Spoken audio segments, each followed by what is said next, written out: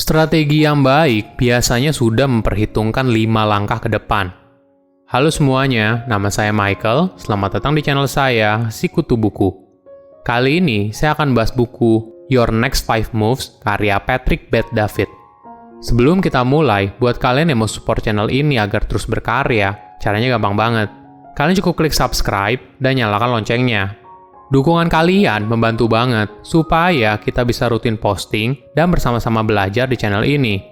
Buku ini membahas tentang 5 langkah yang harus kamu kuasai untuk mencapai kesuksesan dalam bisnis. Mungkin kamu penasaran kenapa harus 5 langkah ke depan. Ada 2 alasan utama. Pertama, 5 langkah adalah jumlah yang cukup dari sebuah strategi yang bijak dan tindakan cepat. Meskipun ada kalanya kamu ingin berpikir lebih dari 5 langkah, terlalu banyak berpikir ke depan dapat menyebabkan kamu hanya sibuk menganalisa. 5 gerakan sudah cukup untuk memastikan kamu mengantisipasi kemungkinan di masa depan sambil melihat gerakan dan tindakan balasan dari situasi kondisi yang berubah. Alasan kedua adalah, pada tingkat yang lebih besar, ada 5 langkah yang perlu kamu kuasai agar berhasil dalam bisnis dan krusial untuk mencapai kesuksesan. Saya merangkumnya menjadi 3 hal penting dari buku ini. Pertama, berpikir 5 langkah ke depan. Kebanyakan orang tidak berpikir lebih dari 1 atau 2 langkah ke depan. Mereka terlalu fokus pada apa yang ada di depan mata mereka sampai tidak bisa berpikir dengan lebih strategis. Mereka adalah para amatir dan terlalu gegabah dalam berbisnis. Perlu dipahami, strategi yang efektif adalah tentang membuat langkah dan bersiap untuk meluncurkan serangkaian langkah lain berdasarkan perubahan situasi dan kondisi, pesaing atau pasar. Ada contoh yang menarik. Ahli catur dari Norwegia Magnus Carlsen menjadi Grandmaster pada usia 13 tahun. Alasannya, karena dia terus-menerus memikirkan 15 langkah ke depan. Carlsen juga memainkan permainan catur di dalam pikirannya berkali-kali sebelum hal itu benar-benar terjadi. Inilah kesamaan antara catur dan bisnis. Dalam 2 hal tersebut, kamu harus memikirkan beberapa langkah ke depan untuk berhasil. Bukan hanya langkah awal yang ingin kamu ambil, tapi harus berpikir lebih jauh untuk menjalankan sebuah strategi yang efektif. Langkah pertama, Master of Knowing Yourself. Mengenal diri sendiri jarang dibicarakan di kalangan bisnis, tapi tidak mungkin kamu bisa berpikir ke depan tanpa memahami diri sendiri dulu. Setelah kamu memutuskan ingin menjadi apa, maka arah mana yang akan diambil akan menjadi jauh lebih jelas. Ini hal yang penting, karena saat kamu bekerja pada hal yang menarik perhatianmu, maka kamu akan menjadi antusias dalam menjalaninya. Ada perspektif yang menarik. Daripada kamu bersaing di pasar yang kompetitif, bagaimana bila kamu mengeksplor pasar baru di mana kamu yang jadi juaranya? Coba cek lagi, apa keahlian unik kamu dan keunggulan kompetitif untuk menemukan blue ocean-mu sendiri. Sebagai informasi, keunggulan kompetitif adalah faktor yang membuat kamu lebih baik daripada kompetitor. Kamu bisa mulai dengan mengajukan beberapa pertanyaan kepada dirimu sendiri. Apakah kamu bersaing dalam kondisi pasar yang kompetitif sekarang? Apakah kamu punya sumber daya yang cukup untuk bersaing? Apakah kompetitor kamu punya manfaat yang tidak bisa kamu tawarkan?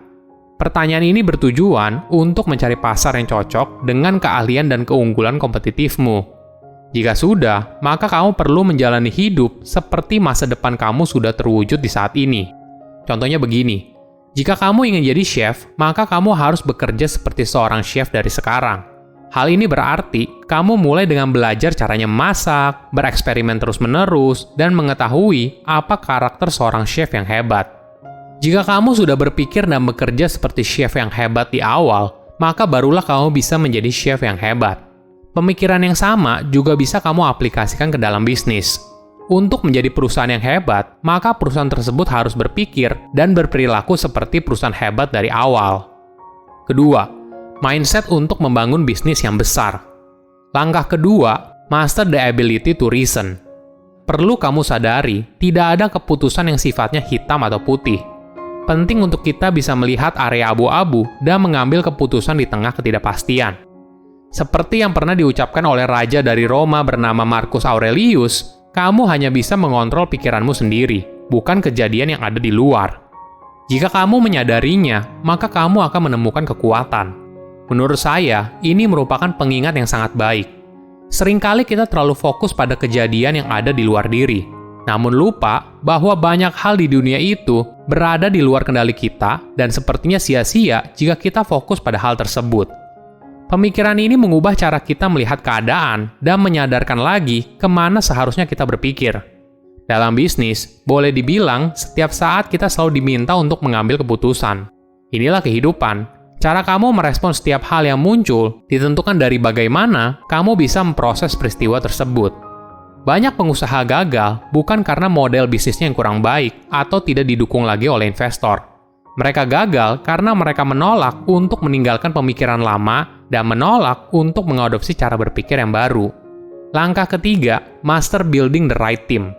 Setiap bisnis butuh tim yang kuat untuk bisa terus bertumbuh dan berkembang.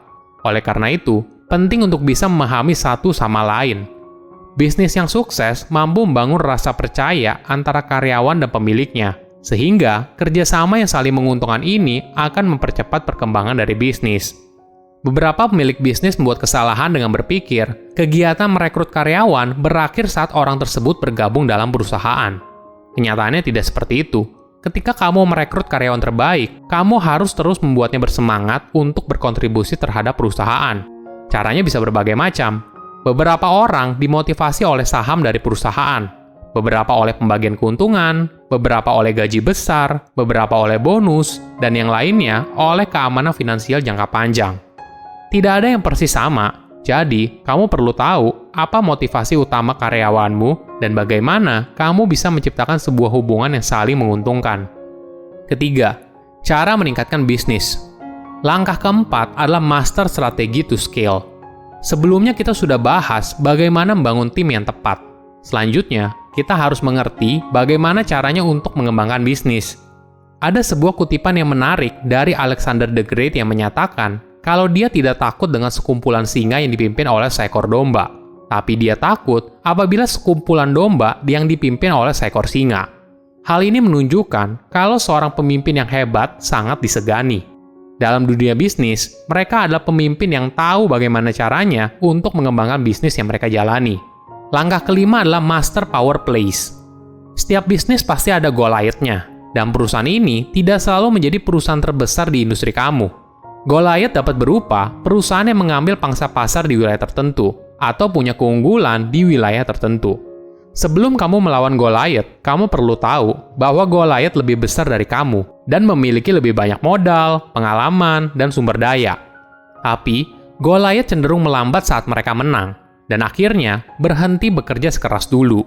Jadi, ini adalah kesempatan yang bisa kamu gunakan untuk mengalahkan mereka. Pebisnis sukses dan Grandmaster catur memiliki karakter yang sama. Mereka mampu membaca situasi dan merencanakan 5 langkah ke depan. Silakan komen di kolom komentar pelajaran apa yang kalian dapat ketika baca buku ini. Selain itu, komen juga mau buku apa lagi yang saya review di video berikutnya. Saya undur diri, jangan lupa subscribe channel YouTube Sikutu Buku. Bye-bye.